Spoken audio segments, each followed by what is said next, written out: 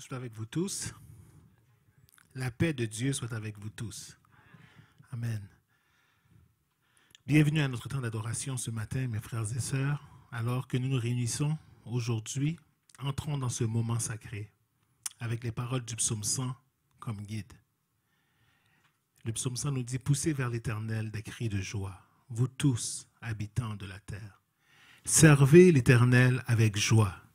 Venez avec allégresse en sa présence. Sachez que l'Éternel est Dieu. C'est lui qui nous a fait et nous lui appartenons. Nous sommes son peuple et le troupeau de son pâturage. Entrez dans ses portes avec des louanges, dans ses parvis avec des cantiques. Célébrez-le, bénissez son nom.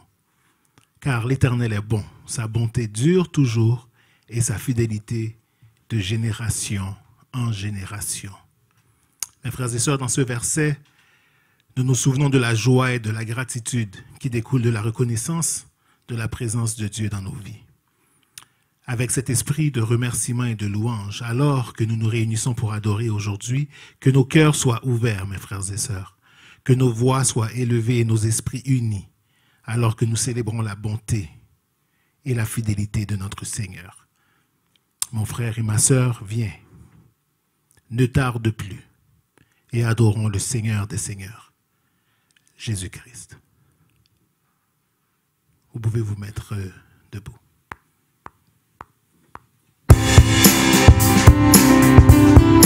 Avec joie, nous allons élever le Seigneur.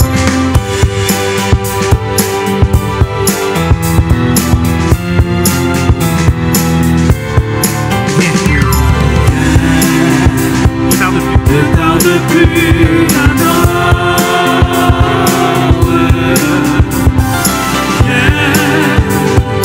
ne tarde plus dans le ton cœur. Tel que tu es, adore.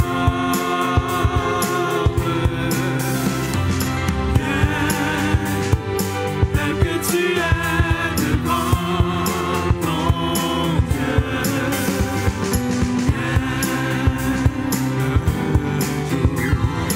Un jour toute langue dira tu es Dieu. Un jour tout genou fléchira. Mais le vrai trésor est pour ceux qui t'ont choisi dès aujourd'hui. Un jour toute langue dira tu es Dieu. Un jour tout genou fléchira. Mais le vrai trésor est pour ceux qui t'ont choisi dès aujourd'hui. Nous disons ne tarde plus, adore.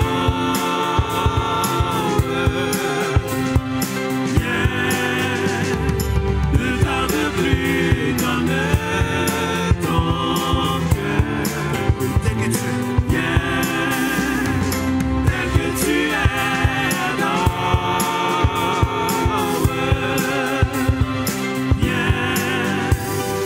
Tel que tu es devant ton Dieu. Mes frères et sœurs, disons un jour, tout le jour. Un jour toute langue dira tu es Dieu. Un jour tout genou fléchira. Mais le vrai trésor, Et le vrai trésor est pour ceux qui t'ont choisi dès aujourd'hui. dis-le encore une fois, un jour, toute langue dira tu es Dieu.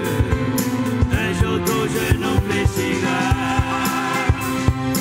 Et le vrai trésor est pour ceux qui t'ont choisi dès aujourd'hui. Oh oui, ne tarde plus, adore.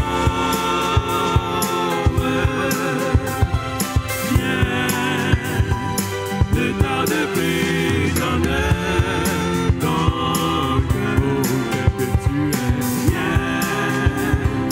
Tel que tu es, adore.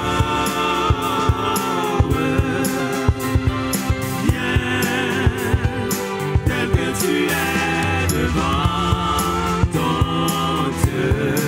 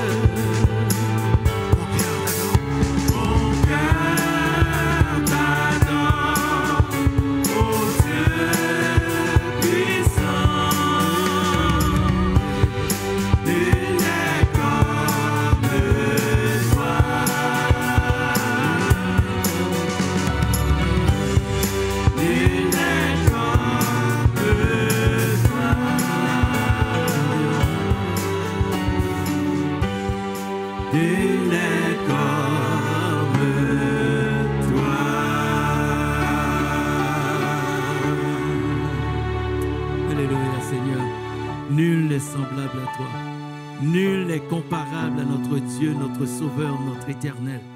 Nul n'est comme notre Roi, notre Rédempteur, notre Sauveur, notre souverain bien, notre rocher, notre abri sûr, notre roc séculaire. Amen. Seigneur, nous bénissons ton nom ce matin.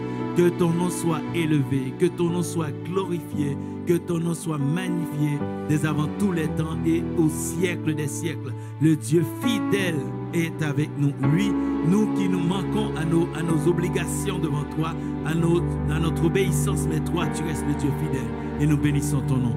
Que ton nom soit loué, éternel. Amen. Amen. Nous allons continuer notre service d'adoration et de louange par la lecture du psaume 45 qui sera fait par notre frère Jean Rodès. Cela sera projeté pour vous afin que nous puissions faire la lecture ensemble. Psaume 45.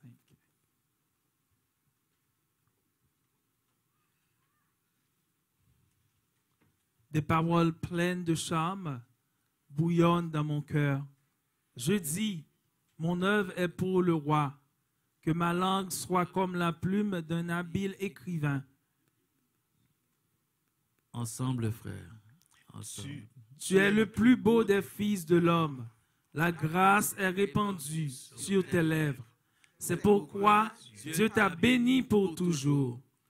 Vaillant guerrier, c'est ton épée, ta parure et ta gloire. Oui, ta gloire. Sois vainqueur, monte sur ton char, défends la vérité, la douceur et la justice, et que ta droite se signale par de merveilleux exploits. Tes flèches sont aiguës, des peuples tomberont sous toi, elles perceront le cœur des ennemis du roi. Ton trône, ô Dieu, est à toujours, le sceptre de ton règne est un sceptre d'équité. Tu aimes la justice et tu hais la méchanceté.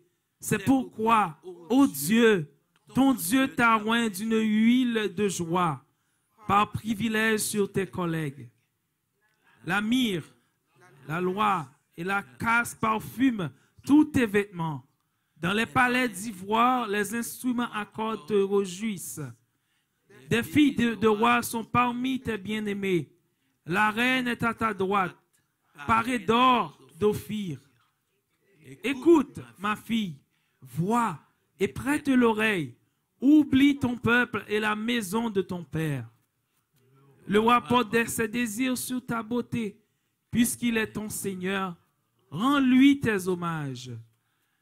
Et avec des présents, la fille de Tyr, les plus riches du peuple, rechercheront ta faveur.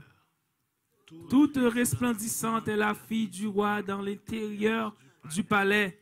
Elle porte un vêtement tissu d'or.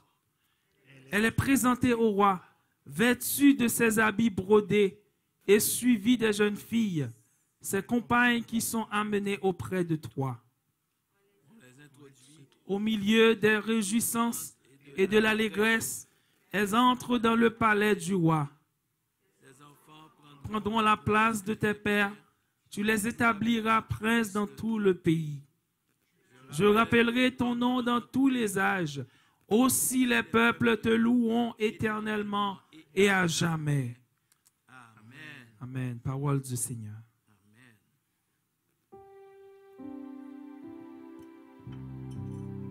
Un chant s'élève, les yeux se tournent vers toi. Nous crions Hosanna, car tu es le roi, le sauveur, et à toi la gloire et l'honneur.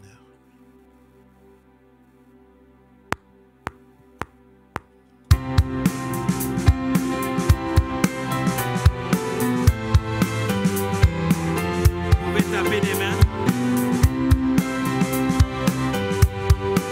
avec joie. Oh, un chant.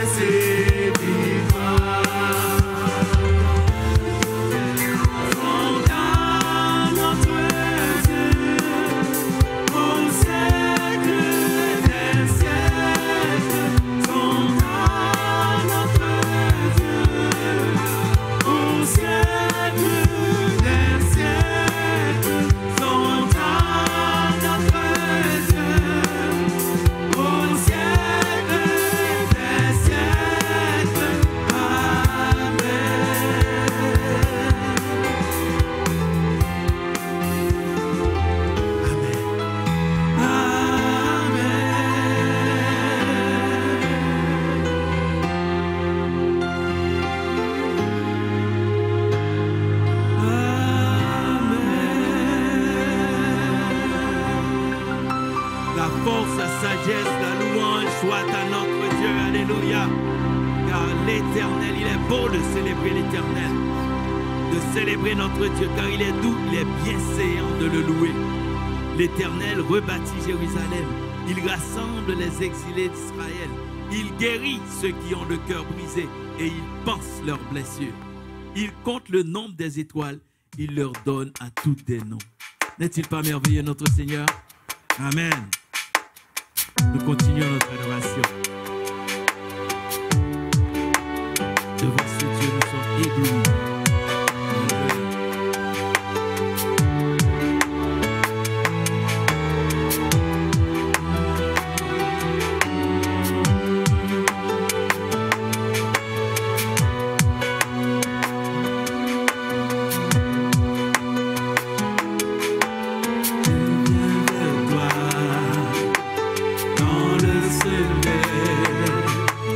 En ta présence, je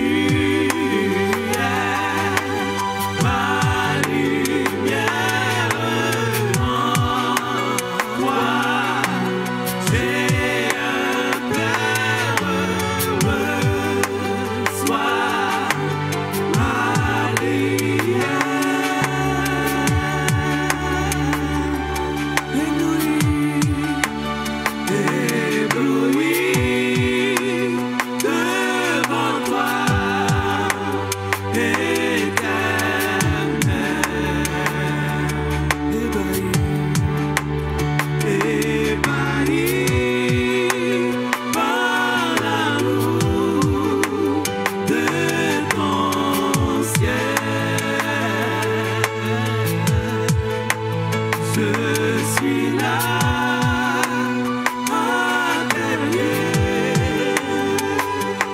Je viens t'adorer.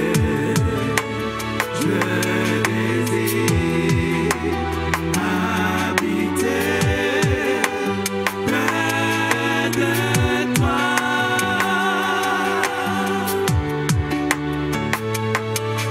Oh, je désire habiter, Seigneur,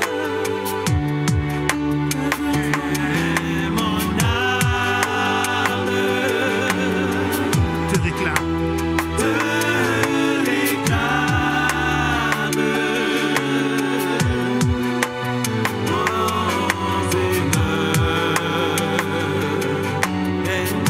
Mon bonheur est tout à toi. Je t'adore. Je t'implore. Oh Jésus, demeure en moi.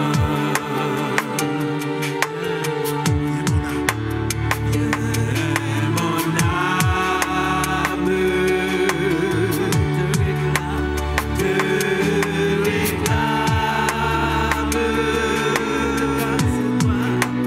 car c'est toi Qui m'a cherché. qui m'as cherché. Pour te suivre, je te livre.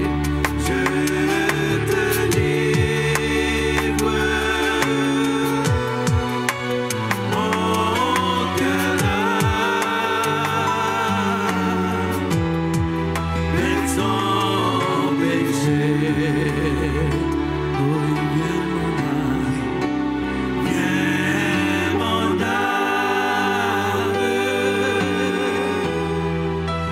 te réclame. Mon bonheur est tout à toi. Je t'adore, je t'adore. Je t'implore. Oh Jésus, demeure en moi. Alors c'est le temps à vous, à toute l'assemblée. Il dit, viens mon âme, te réclame. Oui, ta grâce est ma seule efface. Oui, ta grâce seule efface toutes mes iniquités. Tu pardonnes, tu me donnes la paix de te racheter. Quand je doute que ma route passe auprès du tentateur, ta main sûre me rassure et me rend plus que vainqueur. C'est le moment à chacun de vous de prier. Vous pouvez élever la voix et prier comme vous le désirez. Pour dire au Seigneur, viens mon âme. Tu dis, viens mon âme, te réclame. Mon bonheur est tout à toi. Je t'adore, je t'implore. Ô Jésus, demeure en moi. Vous pouvez vous approcher et prier. Vous pouvez élever la voix et prier comme vous le sentez. Vous êtes dans la présence du Seigneur. N'ayez aucune crainte, il est là, il vous écoute. Il connaît vos problèmes. Il connaît les situations par lesquelles vous passez. Il est en contrôle de tout, gloire à Dieu. Alors vous n'avez rien à craindre. Vous pouvez invoquer le nom du Seigneur. Il est là. Veux-tu lui remettre tes problèmes et partir à vide? Invoque ton Dieu. Il est là pour guérir, pour consoler, pour soutenir, pour fortifier, pour sauver. Alléluia. Quel Dieu merveilleux.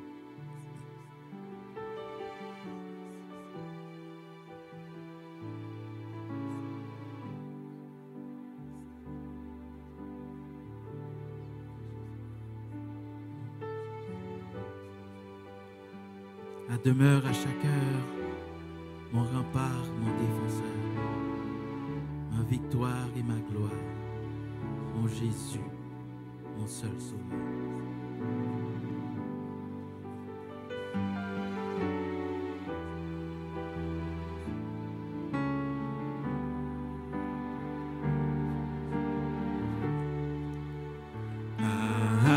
Demeure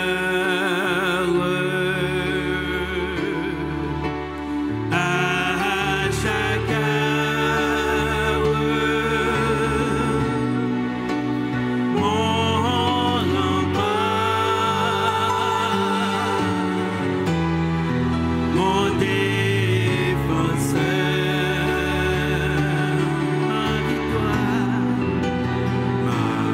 ma victoire.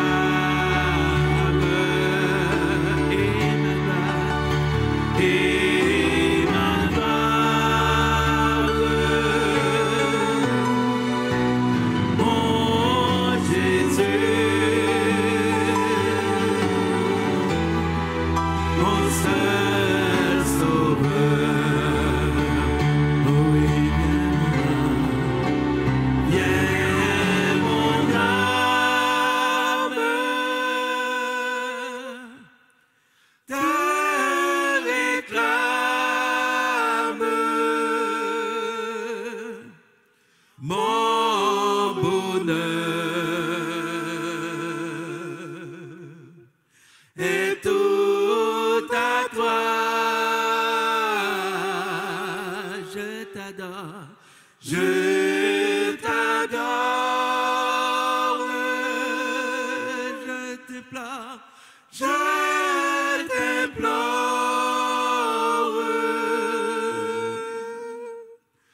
Oh Jésus, demeure en moi.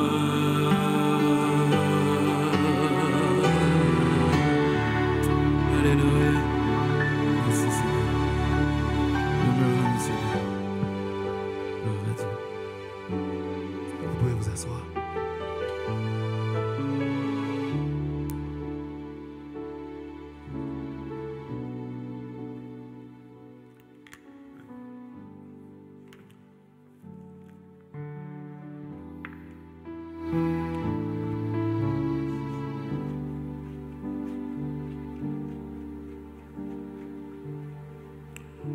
Père, à cette heure, nous sommes réconfortés de trouver refuge en toi.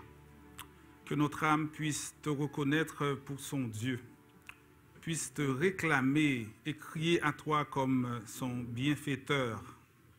Et nous le faisons avec confiance et assurance parce que tu es venu en premier. En Jésus, tu es venu nous chercher. En Jésus, tu nous as lavés, tu nous as sauvés, tu nous as même donné la formule pour que tu demeures en nous. Eh bien, c'est que nous demeurions en toi. Alors, non pas à nous, Éternel, non pas à nous, mais à ton nom, donne gloire à cause de ta bonté, à cause de ta fidélité. Toi qui fais grâce de génération en génération, toi qui as compassion de nous, toi qui es bon dans tout ce que tu fais. Merci pour la vie abondante en Jésus. Merci pour l'affection, l'amour de la grande famille de ton Église qui unit des hommes, des femmes de toutes couleurs, de toutes langues, de tout continent. Merci, Saint-Esprit, de nous conduire plus près de toi et de sonner l'alarme lorsque nous nous éloignons. Merci de ta présence, ta douce présence, avec nous ici dans ce culte, avec les autres églises de la région et du monde entier en cette heure, avec nos pasteurs là où ils sont dans leur ministère, avec le groupe des femmes dans leur retraite, avec ceux qui sont à la maison, avec ceux qui pleurent comme ceux qui sont dans la joie. Merci Père de ton omniprésence. Merci de nous avoir gardés loin du danger, protégés dans nos déplacements. Merci de le faire encore et toujours. Merci Père pour ta parole, pour cette lampe à nos pieds, cette lumière sur nos sentiers. Tant de choses pour lesquelles nous sommes reconnaissants. Mais plus que tout, Père, merci. Merci pour la paix que nous avons avec toi, parce que tu nous vois au travers de Jésus. Et tu mérites que nous t'aimons de tout notre cœur, de toutes nos forces et de toutes nos pensées. Sauf que nous devons le confesser, Père. En regardant notre semaine, nous avons été bons plus souvent à exprimer cet amour des lèvres. Lorsque nous analysons nos pensées, Père, lorsque nous analysons nos paroles, nos actes, ou même nos silences, Père, nous voyons que nous avons échoué. Et nous te demandons pardon. Pardon, Père, pour les jugements, les condamnations même que nous portons sur nos frères et nos sœurs. Pardon, Père, pour notre langue qui, au lieu de bénir, au lieu d'exhorter, d'encourager, a servi quelquefois, Père, à dénigrer, à diminuer les autres. Pardon, Père, d'avoir murmuré, de nous être plaints, au lieu de simplement venir à toi, Père, dans la prière, de promener des regards inquiets, lorsque nous savons que tu es le Dieu qui prend soin des oiseaux et des herbes des champs. Ô Père, c'est vrai que nous aimons te demander pardon, mais nous mettons souvent une condition, Père, lorsque c'est à notre tour de le faire. Quand tu nous appelles à pardonner comme toi tu pardonnes, apprends-nous encore aujourd'hui à voir l'étendue de ton pardon pour nos péchés passés, présents, et tu as fait même provision pour les péchés que nous commettrions dans le futur. Nous voulons le faire, Père, nous voulons voir cette étendue, non pas comme un alibi pour que nous continuions à pécher, mais bien plus pour que nous puissions y puiser dans cette abondance, Père, afin d'imiter Jésus. Toi qui donnes le vouloir et le faire, toi qui es fidèle et juste pour nous pardonner de tout péché, toi qui donnes la sagesse, Père, et la crainte de ton nom à qui le demande, fais-le, Père, nous t'en prions, pour la gloire de ton Saint-Nom, pour que nous apprécions pleinement cette paix que tu offres en Jésus. Papa, merci d'avoir entendu nos prières en faveur d'Haïti. Toi qui dis dans ta parole que quand les justes crient, que tu entends et tu les délivres de toute leur détresse.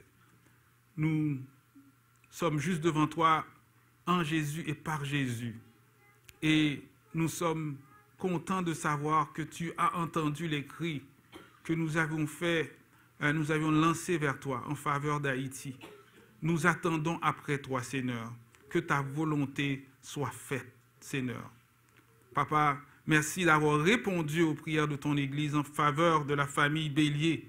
Merci d'avoir suscité des frères et cette famille des Gébeaux pour leur témoigner ton amour, leur offrir une épaule pour pleurer et des bras pour les accueillir. Tu es vivant, tu règnes et tu agis, Père. Merci de les avoir accompagnés à l'aller et au retour. Et prépare, Père, d'autres bonnes œuvres pour eux, comme pour nous, afin que nous les accomplissions cette semaine, encore pour ta gloire et pour ton honneur. Nous prions, Père, que tu amèneras à la perfection ce que tu as commencé pour Pasteur Gordon et sa famille. Tu es fidèle. Nous nous réjouissons avec notre frère Géto, Père, qui loue ton nom de ce que tu as orchestré, pourvu à ce qui était nécessaire pour la libération de ses amis en Haïti, des mains des gangs. Merci, Père. Ta grâce, nous le voyons, ne s'est pas limitée en Haïti. Elle a été vue aussi dans le conflit en Israël et la Palestine. Merci pour ces otages qui retrouvent leur famille de part et d'autre. Nous prions que ta volonté là aussi soit faite, Père, pour la suite des choses. Nous prions pour nos malades, Père, encore aujourd'hui. À qui d'autre aller? À qui crier si ce n'est qu'à toi? Tu es le Créateur, tu es le réparateur des brèches.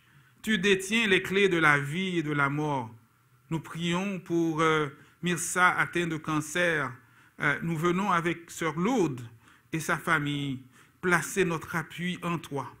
Nous prions que tu les accompagnes dans cette traversée et que cette vallée, Père, se transforme en un temps et un lieu de bénédiction à cause de ta présence.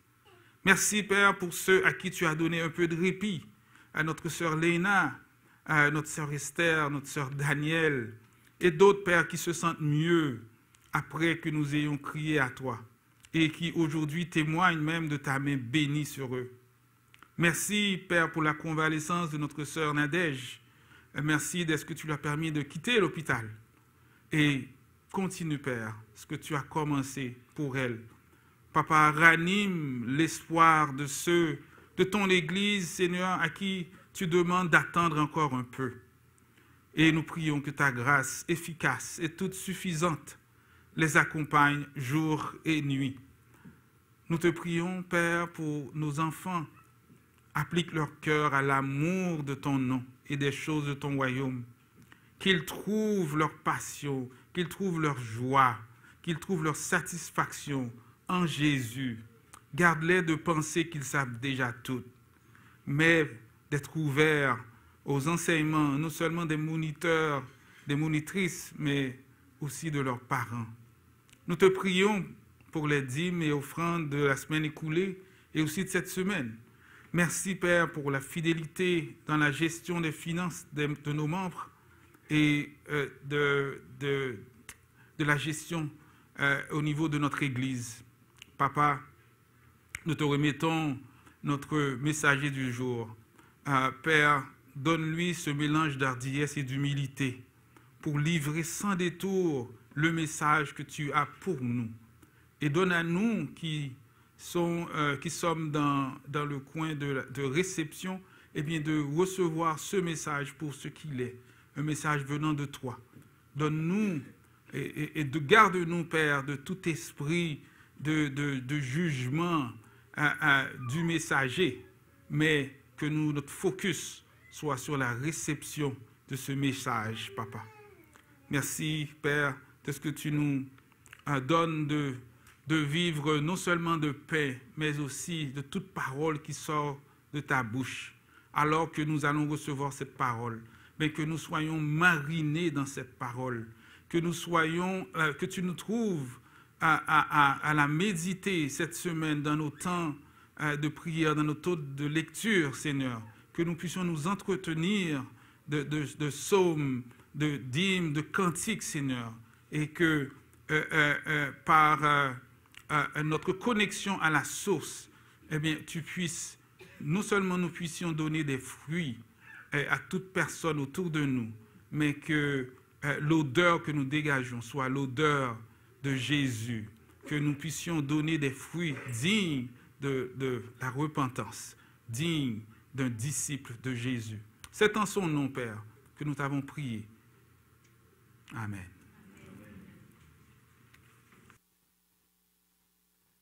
Pour la semaine du 26 novembre 2023.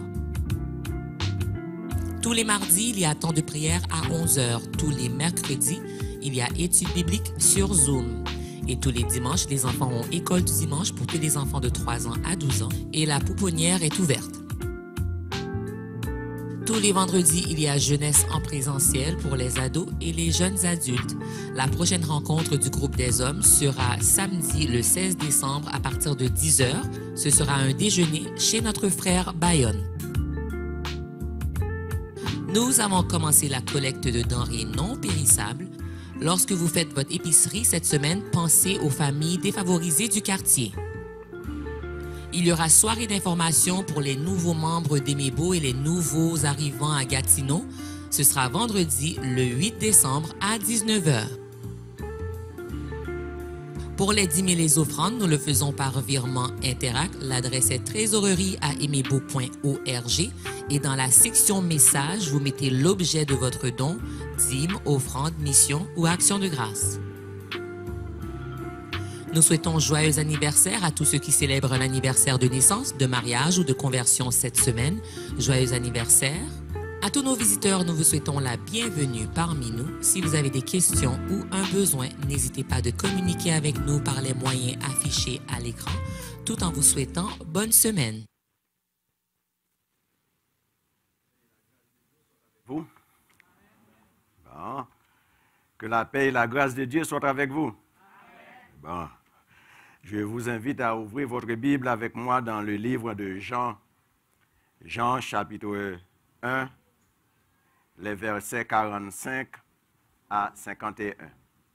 Jean, chapitre 1, versets 45 à 51.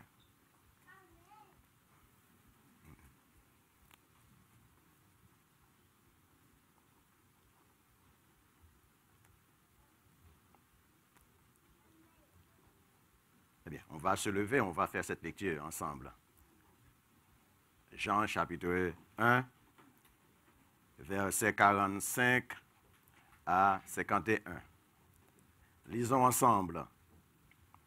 Philippe rencontra Nathanaël et lui dit, « Nous avons trouvé celui qui Moïse a écrit dans la loi et dont les prophètes ont parlé, Jésus de Nazareth, fils de Joseph. » Nathanaël lui dit, « Peut-il en venir de Nazareth quelque chose de bon? » Philippe lui répondit, « Viens et vois. » Jésus, voyant venir à lui Nathanaël, dit de lui, « Voici vraiment un Israélite, dans lequel il n'y a point de fraude. » « D'où me connais-tu? » lui dit Nathanaël. Jésus lui répondit, « Avant que Philippe t'appelle, quand tu étais sous les figuiers, je t'ai vu. » Nathanaël répondit et lui dit, « Rabbi, tu es le Fils de Dieu, tu es le roi d'Israël. » Jésus lui répondit, « Parce que je t'ai dit que je t'ai vu sous le figuier, tu crois? Tu verras de plus grandes choses que celles-ci. » Et il lui dit, « En vérité, vous verrez désormais le ciel ouvert et les anges de Dieu monter et descendre au-dessus du Fils de l'homme. » Amen. Merci, asseyez-vous. Le titre du message de ce matin, c'est la bonne nouvelle à annoncer. La bonne nouvelle à annoncer, viens et vois. Viens et vois. Frères et sœurs, d'une manière ou d'une autre, nous avons tous l'habitude d'annoncer une bonne nouvelle. Nous essayons souvent de trouver une façon originale pour annoncer la bonne nouvelle dont on veut informer nos amis ou nos proches. Certaines fois, on prend de grands moyens pour l'annoncer efficacement. Cependant, il y a la bonne nouvelle que le monde a besoin d'entendre. C'est la bonne nouvelle de l'évangile de Jésus, la bonne nouvelle du salut en Jésus-Christ. Pourtant, nous éprouvons certains malaises à l'annoncer. Philippe, le messager du grand roi, n'a pas fait un grand discours. Il ne fait que partager ce qu'il a trouvé. Puis, il a invité à son ami Philippe à faire ses propres expériences. Cette bonne nouvelle dont je vous parle en ce matin, la Bible dit qu'elle sera prêchée dans le monde entier pour servir de témoignage à toutes les nations. Alors viendra la fin. Matthieu chapitre 24, le verset 14. Le contexte. Après que Jésus ait appelé Philippe à le suivre en lui disant « Suis-moi », Philippe à son tour a adressé une invitation à Nathanaël de suivre Jésus. Viens et vois. En analysant ces deux appels, on voit Philippe qui a répondu favorablement et sans hésiter à Jésus. Mais Nathanaël est réticent. Mais il se laisse conduire quand même par Philippe à Jésus. C'est dans sa conversation avec Jésus que Nathanaël va découvrir que Jésus est le Messie, le Fils de Dieu. Le premier point, être disciple pour faire des disciples. Être disciple pour faire des disciples. Frères et sœurs, nos bonnes nouvelles ne sont pas toujours bien reçues. Certaines de nos bonnes nouvelles peuvent créer et susciter de la peine, de la tristesse et même de la jalousie. Mais la bonne nouvelle du salut change des vies pour le meilleur. Elle change le désespoir en espérance et elle ne cause aucun tort. C'est la seule bonne nouvelle qui transforme le cœur et forme le caractère de l'homme. Donc, c'est une obligation de partager la bonne nouvelle de l'Évangile. Philippe, un messager intentionnel, a profité de sa rencontre avec Nathanaël pour prêcher la bonne nouvelle. Nous avons trouvé, le verset 45, nous avons trouvé celui de qui Moïse a écrit dans la loi et dont les prophètes ont parlé. Jésus de Nazareth, fils de Joseph. Deux choses ont retenu mon attention dans cette phrase. La première chose, nous avons trouvé. Et la deuxième chose, celui dont Moïse et les prophètes ont écrit et parlé. Premièrement, nous avons trouvé. Cela voudrait dire qu'il a fait une découverte. Il a rencontré le Messie, le Sauveur du monde. Il est content de partager sa joie à Nathanaël. En effet, le Seigneur Jésus est celui qui se révèle afin qu'on arrive à le connaître. Allons voir Deutéronome, chapitre 18, le verset 15, et Michée, chapitre 5, verset 1. Deutéronome, chapitre 18, le verset 15. L'Éternel, ton Dieu, te suscitera du milieu de toi, d'entre tes frères, un prophète comme moi, vous l'écouterez. Et dans Michée, chapitre 5, le verset 1, nous lisons « Et toi, Bethléem, Ephrata, petite entre les milieux de Juda, de toi sortira pour moi celui qui dominera sur Israël et dont les activités remontent aux temps anciens, au jour de l'éternité. » Cela veut dire que Jésus est celui qui doit venir délivrer le monde de l'esclavage du péché, en comparaison avec Moïse qui devait délivrer le peuple d'Israël de l'esclavage en Égypte. Il faut se rappeler que la loi de Moïse et les prophètes ont déjà parlé de l'avènement de Christ. Donc, la venue de Jésus, le prince de paix, a été annoncée. C'était prédit que Jésus allait venir établir son royaume.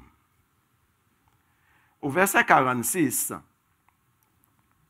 Nathanaël lui dit, « Peut-il venir de Nazareth quelque chose de bon? » On voit ici Nathanaël répéter haut et fort ce que certains Juifs pensent. Cette ville de Galilée n'avait pas de bonne réputation. C'est une ville méprisable. Pour certains Juifs, Christ, le Messie, ne peut pas sortir de Galilée. En Jean chapitre 7, le verset 52, ceux qui ne croyaient pas que Jésus pouvait sortir de Galilée ont apostrophé Nicodème en lui disant, « Es-tu aussi galiléen? Examine et tu verras que de la Galilée, il ne sort point de prophète. » En d'autres mots, Nathanaël a répété la même chose. Peut-il venir de Nazareth quelque chose de bon? Malgré cette réponse en discriminatoire, Philippe n'a pas abandonné sa démarche qui consiste à conduire son ami à Christ. Au contraire, il l'a invité à venir et voir de ses propres yeux. Viens et vois. Certains d'entre nous diraient, tant pis pour toi, va en enfer. D'autres en feraient de grosses menaces. Les plus extrémistes prendraient de préférence la défense de Jésus, comme si Jésus aurait besoin de quelqu'un pour prendre sa défense. Mais Philippe, le serviteur de l'Éternel, veut gagner cette âme pour Christ. Il ne rentre pas en confrontation, ni se laisse décourager par les propos méprisants de Nathanaël.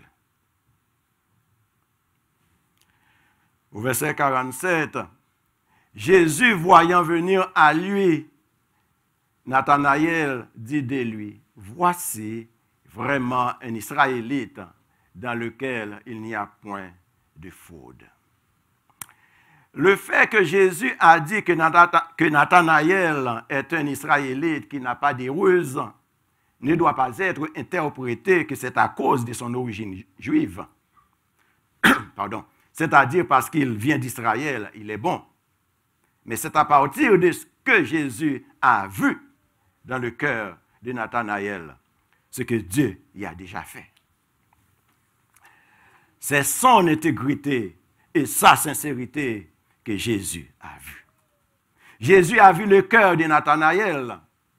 De ce fait, il lui accorde son approbation. Jésus n'a pas besoin qu'on lui dise en quoi que ce soit. Il est omniscient. Il voit tout, même les parties les plus secrètes de notre vie. Nous ne pouvons rien lui cacher. La parole de Dieu nous dit en Jean chapitre 2, le verset 25, que Jésus n'avait pas besoin qu'on lui rendît témoignage d'aucun homme, car il savait lui-même ce qui était dans l'homme. Fait intéressant dans cette portion d'écriture, c'est que Philippe ne tient pas compte du commentaire méprisant de Nathanaël envers l'origine de Jésus. Peut-il venir quelque chose de bon de Nazareth? Le but de Philippe est de faire des disciples pour Christ. Philippe tient à ce que Nathanaël soit exposé à l'enseignement de Jésus, malgré les propos discriminatoires. Pour les Juifs, le Messie ne peut pas venir d'un village qui a une mauvaise réputation. Mes amis, frères et sœurs, le préjugé peut gâcher le rapport entre les humains. Le préjugé peut gâcher le rapport entre les humains.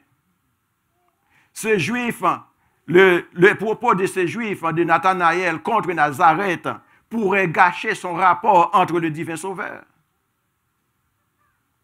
Alors que c'était prédit que c'est de la postérité de David et du village de Bethléem, où était David, que le Christ doit venir. Jean chapitre 7, le verset 42. Deuxième fait intéressant, Jésus non plus n'a pas tenu compte du commentaire de Nathanaël sur son origine. Au contraire, Jésus a eu une conversation sincère avec lui. Jésus a dit, « Voici vraiment un homme en qui il n'y a point de ruse. » C'est-à-dire un homme droit de cœur. Voici vraiment voudrait dire que Jésus voit la sincérité dans le cœur de Nathanaël. La déclaration de Jésus concernant Nathanaël nous fait penser à David, qui a dit dans le psaume 32, le verset 2, « Heureux l'homme à qui l'Éternel n'impute pas d'iniquité, et dans l'esprit duquel il n'y a point de péché. » En d'autres mots, Dieu pardonne ceux qui se repentent de leurs péchés. Frères et sœurs, Jésus ne regarde pas les apparences. Jésus voit et connaît le cœur de l'homme. Il connaît aussi nos passés, nos présents et nos futurs, sans qu'on ait besoin de lui dire quoi que ce soit. Si avec les hommes, on peut sauver la face, mais impossible de faire des faux semblants avec Jésus. Il sait tout de Nathanaël comme il sait tout de nous. Le fait que Nathanaël n'a pas encore rencontré Jésus personnellement, il met en doute la parole du témoin. Il est sceptique jusqu'à ce qu'il vérifie lui-même, c'est-à-dire rencontrer Jésus. En effet, si Nathanaël savait que c'était Jésus le Fils de Dieu, son comportement aurait été différent. Première application. Ce passage nous invite ce matin à être des messagers qui annoncent la bonne nouvelle aux gens que nous côtoyons. Dans ce même livre de Jean, au chapitre, toujours le même chapitre, versets 40 et 41, nous voyons André qui a amené son propre frère Simon, qui deviendra l'apôtre Pierre à Jésus. Donc, il est de la responsabilité du croyant de conduire des amis, des membres de leur famille à Christ. Il faut penser à nos proches qui ne connaissent pas encore le Seigneur Jésus comme maître et Seigneur de leur vie. La foi que nous avons en Jésus doit être partagée afin d'amener d'autres personnes à placer leur confiance en Jésus. Frédéric Godet a dit, un flambeau allumé sert à en allumer un autre. Ainsi se propage la foi. Philippe est un messager qui partage la bonne nouvelle qu'il a reçue. Il partage les trésors qu'il a découverts avec enthousiasme. Frères et sœurs, la parole de Dieu nous invite ce matin à partager avec les autres la bonne nouvelle du salut, afin que les autres puissent trouver le salut pour leur âme. Pour partager la bonne nouvelle du salut, il faut être disciple de Jésus. Il faut que notre vie reflète la vie de Jésus. Il faut qu'il y ait des évidences de Christ dans notre vie. Annoncer la bonne nouvelle, ce n'est pas exercer la pression sur les autres. C'est de préférence les encourager à la libération, parce que Jésus est venu dans le monde pour libérer et non pour condamner. Si quelqu'un a une opinion différente des nôtres, nous ne devons pas le condamner pour autant. Philippe a parlé de Jésus parce qu'il le connaît. En fait, si vous connaissez qui est Jésus, vous allez avoir un feu brûlant qui va vous pousser à parler de Jésus. C'est contagieux lorsqu'on connaît parfaitement Jésus. Imaginons que chacun d'entre nous invite un visiteur pour être exposé à la parole de Dieu. Qui sait combien d'entre eux seraient un jour convertis? Frères et sœurs, il y a beaucoup de gens comme Nathanaël qui ont besoin de rencontrer le Seigneur Jésus. Il faut les inviter à venir et voir de leurs propres yeux. Continuons avec le verset 48. « D'où me connais-tu » lui dit Nathanaël. Est-ce que Nathanaël était prêt à suivre Jésus seulement sur ce que Philippe en lui a dit? Probablement pas. Mais lorsqu'il a vu que Jésus connaît tout de lui, sa réaction a changé. Je t'ai vu. Cette courte phrase de 3 mots a une grande portée. Cette petite phrase englobe toute la vie de Nathanaël.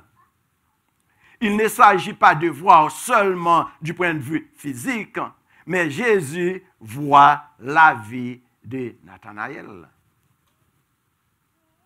La portée de cette phrase en fait comprendre à Nathanaël que Jésus connaît tout de lui, même ses pensées les plus secrètes.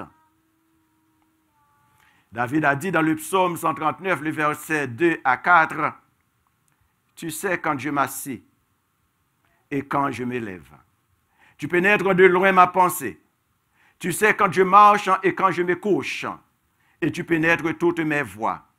Car la parole n'est pas sur ma langue, que déjà, ô Éternel, tu la connais entièrement. Tu m'entoures par derrière et par devant, et tu mets ta main sur moi. Une science aussi merveilleuse est au-dessus de ma portée. Elle est trop élevée pour que je la puisse la saisir. Où irai-je loin de ton esprit et où fuirai-je loin de ta face? » L'Éternel sait tout de Nathanaël comme il sait tout de nous. Quand tu étais sous les figuiers, je t'ai vu. Sous les figuiers est une expression juive qui signifie que la personne est dans un état de méditation, dans un état de recueillement. Mais cette expression peut vouloir aussi dire qu'il n'y a pas un endroit que tu peux être que l'Éternel ne te voit pas. Il te voit pas seulement l'extérieur, mais aussi ta condition intérieure. Je t'ai vu est la parole qui a interpellé Nathanaël au point de mettre sa confiance en Jésus. Quelqu'un qui le connaît aussi bien ne peut être que le Messie. Mais ce qui est étonnant pour Nathanaël, c'est que Jésus a lu les plus profonds sentiments de son cœur. Jésus voit au-delà des apparences. Nous n'avons pas besoin de faire de faux semblants. Jésus voit le cœur au plus profond. Il nous connaît bien mieux que nous nous connaissons nous-mêmes. L'Éternel ne considère pas ce que l'homme considère. L'homme regarde à ce qui frappe les yeux, mais l'Éternel regarde au cœur. 1 Samuel chapitre 16, le verset 7. Frères et sœurs, nous devons nous présenter devant Dieu comme un homme éprouvé, un ouvrier qui n'a point à rougir, qui dispense droitement la parole de la vérité. 2 Timothée chapitre 2, le verset 15. Vous n'avez pas besoin de vous comporter comme une brebis, alors que vous êtes un lion dans la vraie vie. Le Seigneur Jésus a tellement bien connu Nathanaël, il lui a dit, voilà un homme qui ne sait pas mentir, un vrai fils d'Israël, un vrai fils de Dieu. Nathanaël n'a pas repoussé les louanges de Jésus à son endroit, bien qu'il pensât auparavant que rien de bon ne saurait sortir de Nazareth. Nathanaël est un homme sincère, tel que Jésus a déclaré. Au verset 49, la rencontre avec le Seigneur Jésus a ouvert les yeux de Nathanaël. Étant donné que les yeux de son cœur sont ouverts, il a dit, c'est toi le Fils de Dieu, c'est toi le Fils d'Israël. C'est comme une confession. Avant, il répondait à Jésus, d'où me connais-tu?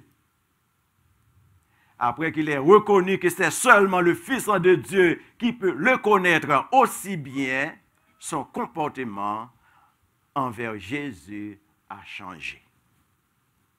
Jésus a pénétré son cœur et Nathanaël a vite compris que Jésus est le Messie. Cela lui a donné la foi. Je t'ai vu à pousser Nathanaël à la confession. Il va déclarer avec ses lèvres, Rabbi, tu es le Fils de Dieu, le roi d'Israël.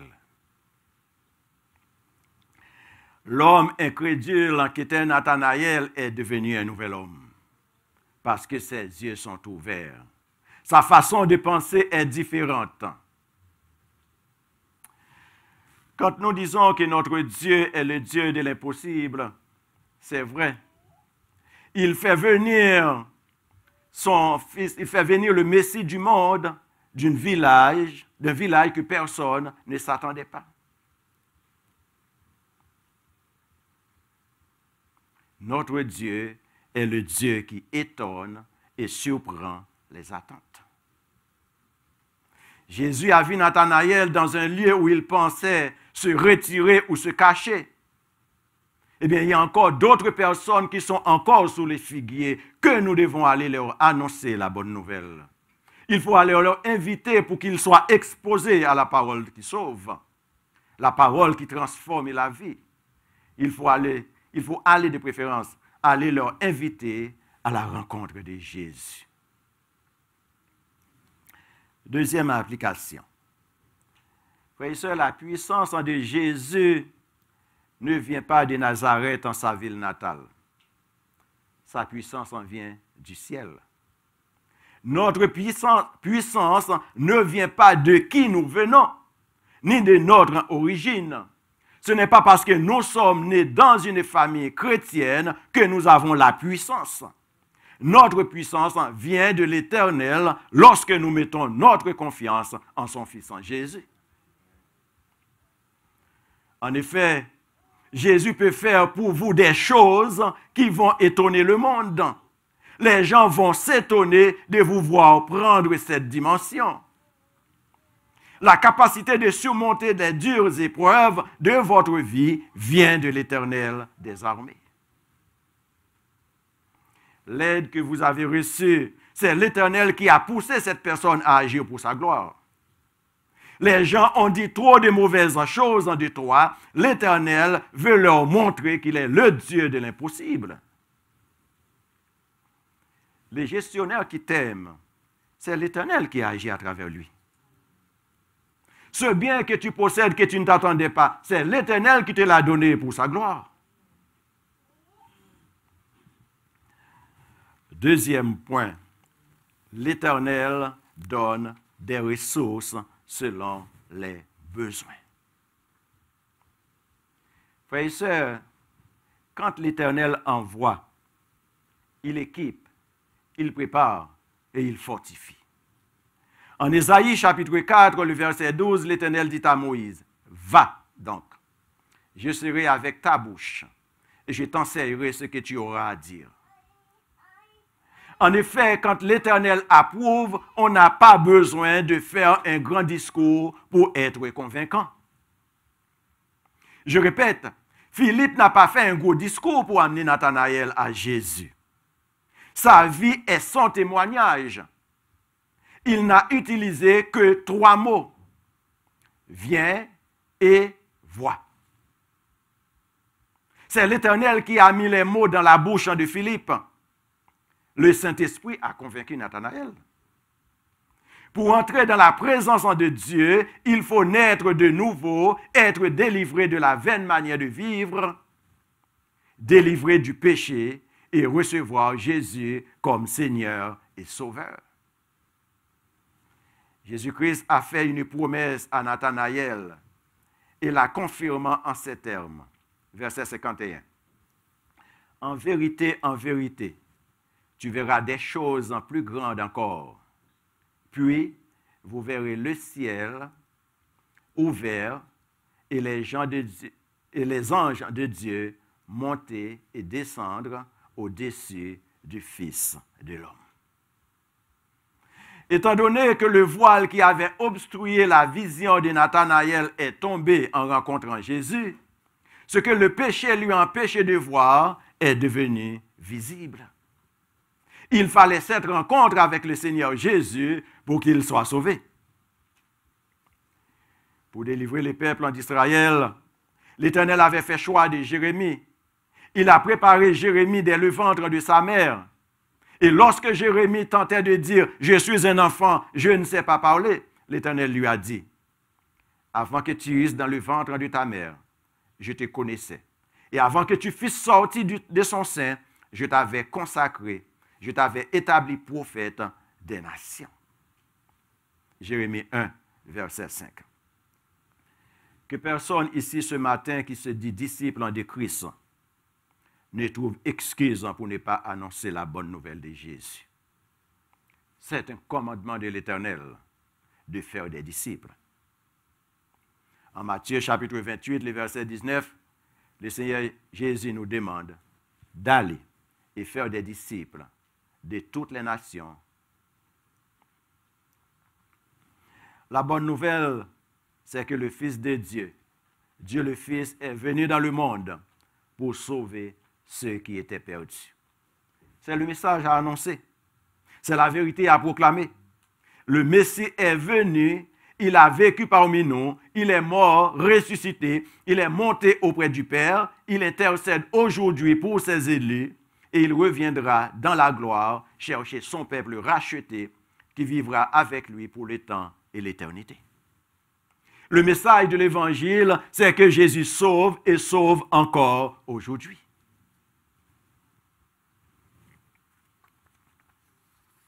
Frères et sœurs, les moyens et les circonstances en peuvent être différents, mais le contenu du message du salut ne change pas.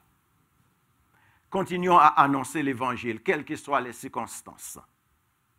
Il se pourrait que nous ne voyions pas le fruit de notre sémence dans l'immédiat. Mais la Bible dit en Ésaïe 55, la parole qui sort de la bouche de l'Éternel ne retourne pas à lui sans effet, sans avoir exécuté sa volonté et accompli ses desseins. Le prédicateur Spurgeon, invité à prêcher au palais de cristal de Londres, voulut s'assurer que sa voix serait assez forte pour cette immense salle. Il décida d'y faire un essai.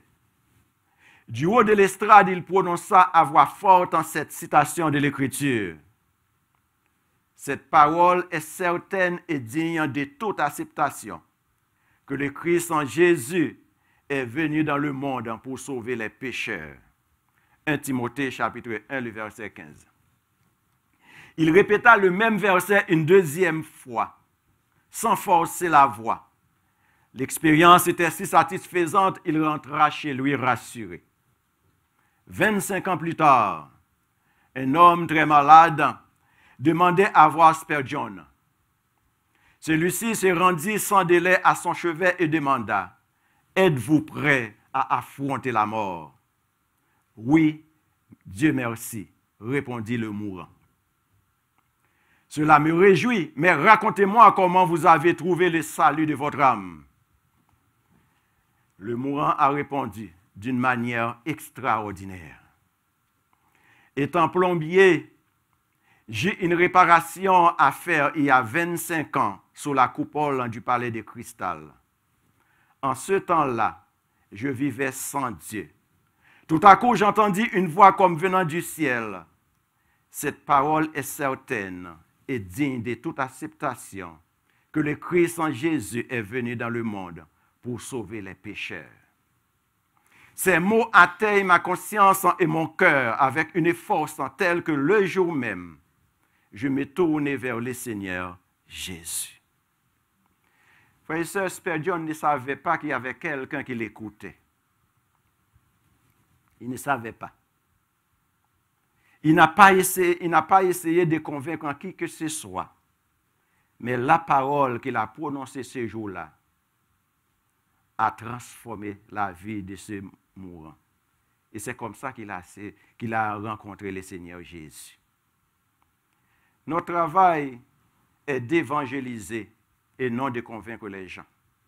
L'Éternel se chargera d'attirer les âmes à son Fils en Jésus. Philippe n'a pas convaincu Nathanaël. Il l'a invité à venir voir. Et c'est le Seigneur qui a fait le travail de transformation de cœur et de vie. Nathanaël était sous un figuier lorsqu'il est attiré par Christ. Lorsqu'il est attiré par l'Éternel à Christ. Paul était sur la route de Damas. Le réformateur Martin Luther luttait contre le mot la justice de Dieu afin qu'il soit transformé par la lecture du livre de Romains. Frère Paul Zamba, bien qu'il soit né dans une famille chrétienne, il a rencontré Christ sur le campus de l'université. Moi, il m'a trouvé dans un champ biblique endetté. Chacun d'entre nous a rencontré Christ d'une manière totalement différente et dans des endroits différents. Cependant, il faut qu'il y ait des messagers pour annoncer la bonne nouvelle de Jésus. Tel que nous dit Romains chapitre 10, les versets 14 à 17.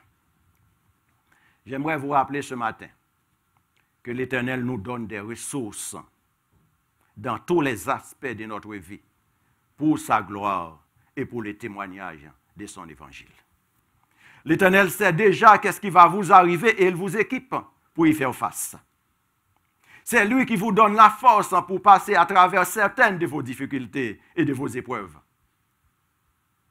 Pour certains d'entre nous, cela fait longtemps que la lettre de congédiement est rédigée, mais l'Éternel a convaincu l'employeur de changer d'idée parce que tu es dans un champ missionnaire là où tu es. Mon frère, ma soeur, si tu n'es pas déjà sombré dans la dépression, c'est l'Éternel qui t'a secouru pour rester fort. Après une perte, une catastrophe, un décès, une séparation, une épreuve, dans ta douleur, c'est l'Éternel qui t'a fermé pour sa gloire. On peut se poser la question, comment ça se fait qu'on soit encore fonctionnel? La réponse, c'est que l'Éternel est celui qui fortifie, l'Éternel est celui qui accompagne, l'Éternel est celui qui donne la force à ceux qui sont fatigués, tel que nous dit Ésaïe 40. Le verset 49, Nathanaël répondit et lui dit, « Rabbi, tu es le Fils de Dieu, tu es le roi d'Israël. » La puissance de l'Esprit fait sentir à Nathanaël qu'il est en présence du Dieu, qu'il est en présence du Messie. De ce fait, il a confessé que Jésus est le Fils de Dieu, le roi d'Israël. Suite à sa confession, Jésus lui promet des nouvelles, il promet des grâces nouvelles. Il va voir de plus grandes choses. Frères et sœurs, le Dieu que nous servons est le Dieu qui fait voir de plus grandes choses à des gens ordinaires comme vous et moi.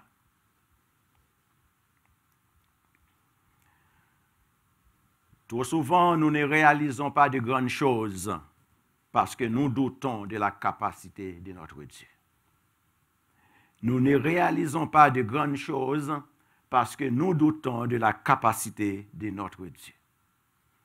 Laissez-moi vous dire ce matin, vous pouvez vous douter de votre capacité de faire des choses. Vous pouvez vous permettre de douter de vos compétences. Vous pouvez vous douter de vos capacités, de vos forces, mais ne doutez jamais de la capacité de notre Dieu, parce qu'il est tout-puissant. Le verset 51. Verset 51. Et il lui dit, en vérité, vous verrez désormais le ciel ouvert. Je comprends par ce verset que Jésus ne s'adresse pas seulement à Nathanaël, mais à tous ses disciples, car il a dit, vous verrez désormais le ciel ouvert et les anges de Dieu monter et descendre sur le Fils de l'homme. Frères et sœurs, ce que Dieu promet, il va l'accomplir. Le psalmiste David, en parlant de l'Éternel, a dit dans le psaume 138, dans le verset 2, « Ta renommée s'est accrue par l'accomplissement de tes promesses. » L'Éternel peut encore fortifier ses enfants. Ne vous laissez pas tromper et sombrer dans le désespoir. En vérité, je vous dis, n'est pas seulement une affirmation, mais aussi une assurance adressée à Nathanaël, à Philippe, à tous les disciples et à nous qui sommes enfants de Dieu. Nous aussi verrons le ciel que le péché de l'homme avait obstrué la clarté. Quand Jésus approuve, il promet de plus grandes choses. Concluons.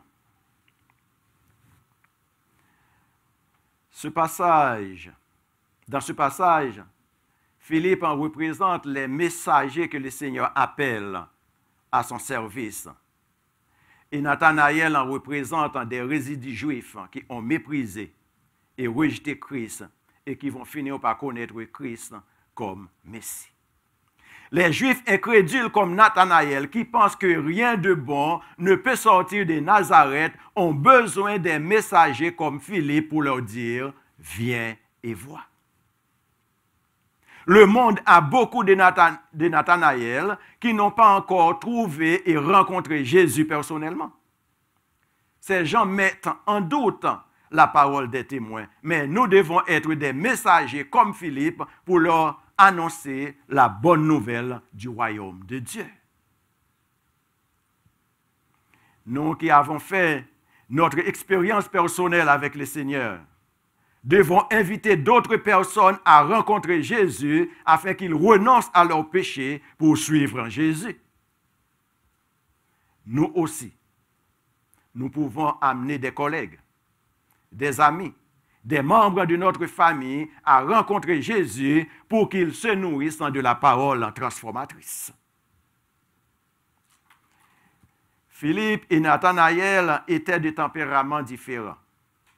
Ils n'étaient pas de la même ethnie, mais lorsqu'ils ont fait l'expérience personnelle avec Jésus, ils deviennent ses disciples. À l'exemple de Philippe, soyons des messagers du grand roi qui invitent des gens différents de nous à faire l'expérience personnelle avec Jésus. Le jugement, les commentaires mal placés ou les préjugés ne doivent pas empêcher à quelqu'un de venir adorer ici avec nous à Imebo. Quant à vous qui n'avez pas encore rencontré le Seigneur Jésus et qui m'écoutez en ce moment, arrêtez de vous contenter de ce que vous avez entendu dire de Jésus. Venez le rencontrer personnellement. Venez et voyez. Et vous ne serez pas déçus. Au contraire, vous verrez de plus grandes choses. Car vous pouvez être déçu lorsque vous adhérez à une religion. Vous pouvez être déçu lorsque vous cherchez une guérison. Vous pouvez être déçu lorsque vous cherchez la richesse, la prospérité, le bonheur. Mais lorsque vous rencontrez Jésus, vous avez la vie éternelle. Romains chapitre 6, le verset 23 nous dit, « Le salaire du péché, c'est la mort. Mais le don gratuit de Dieu, c'est la vie éternelle en Jésus notre Seigneur. » Ce matin, nous vous invitons à faire votre expérience personnelle avec Jésus. Viens et vois. Que le Seigneur nous soit en aide.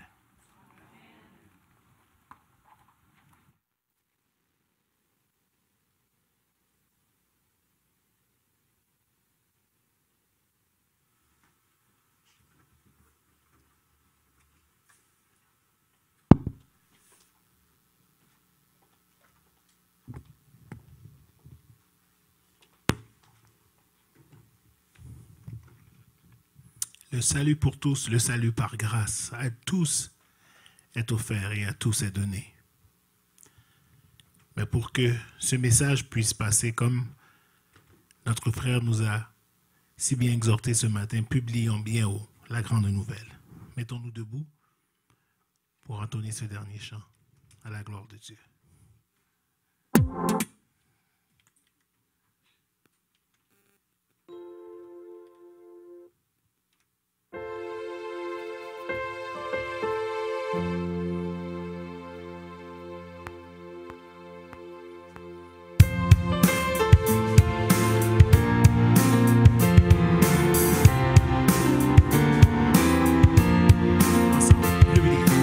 Publiez bien haut la grande nouvelle, le ciel est ouvert à tout être humain, là où est tracé un guide fidèle pour conduire par la main. Le salut pour tous, le salut par grâce, à tous est offert, à tous est donné. Oh, venez pécheurs, venez, le temps passe, et vous serez pardonnés. Publiez bien haut la grande nouvelle, le sang de Jésus a tout effacé. Où que vous soyez, c'est vous qui l'appelle, vous qui l'avez offensé. Le salut pour tous, le salut par grâce, à tous est offert, à tous est donné. Oh, venez pécheurs, venez, le temps passe, et vous serez pardonnés. Publiez bien haut la grande nouvelle, au loin comme au près de la courir. Partout se trouve une âme rebelle, un pécheur à secourir. Le salut pour tous, le salut par grâce, à tous est offert, à tous est donné.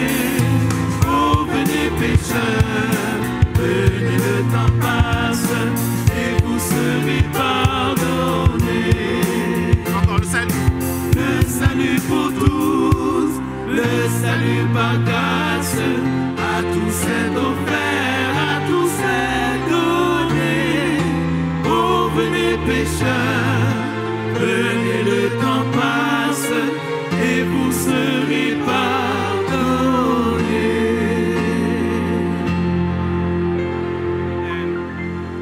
Amen. Père, il a été bon d'être en ta présence, bon de t'apporter notre adoration, nos louanges, bon aussi de recevoir instruction de ta part. Père, merci pour le privilège que tu fais de nous, Père. Le privilège que tu nous donnes plutôt de pouvoir annoncer la bonne nouvelle, la vérité de notre condition de pécheur qui rencontre la grâce infinie de Jésus-Christ pour tous ceux qui veulent croire en lui. Nous réalisons, Père, que tu ne tardes pas dans l'accomplissement de ta promesse, comme quelques-uns veulent le croire, mais tu uses de patience envers nous, ne voulant pas qu'aucun périsse, mais voulant que tous arrivent à la repentance. Merci, Père, pour ta grande patience. Donne-nous de rester attachés au cep, que dans nos relations de cette semaine, avant même qu'on ouvre la bouche, bien que notre vie soit une invitation, que notre vie puisse dire « Viens et vois ». Viens et vois l'amour, viens et vois l'intégrité, viens et vois la compassion, viens et vois la joie du salut, viens et vois notre service, la source de laquelle nous nous abreuvons. Oui, le Seigneur, le Sauveur, qui sauve encore aujourd'hui. Que ton nom soit béni, que ton nom soit exalté, dès maintenant et à jamais. Amen. Et maintenant, recevons la bénédiction. Que le Dieu de paix, qui a ramené d'entre les morts le grand pasteur des brebis, par le sang d'une alliance éternelle, notre Seigneur Jésus, nous rende capables de toute bonne œuvre pour l'accomplissement de sa volonté, qu'il fasse en nous ce qui lui est agréable, par Jésus-Christ, auquel soit la gloire au siècle des siècles. Amen. Allez dans la paix du Seigneur.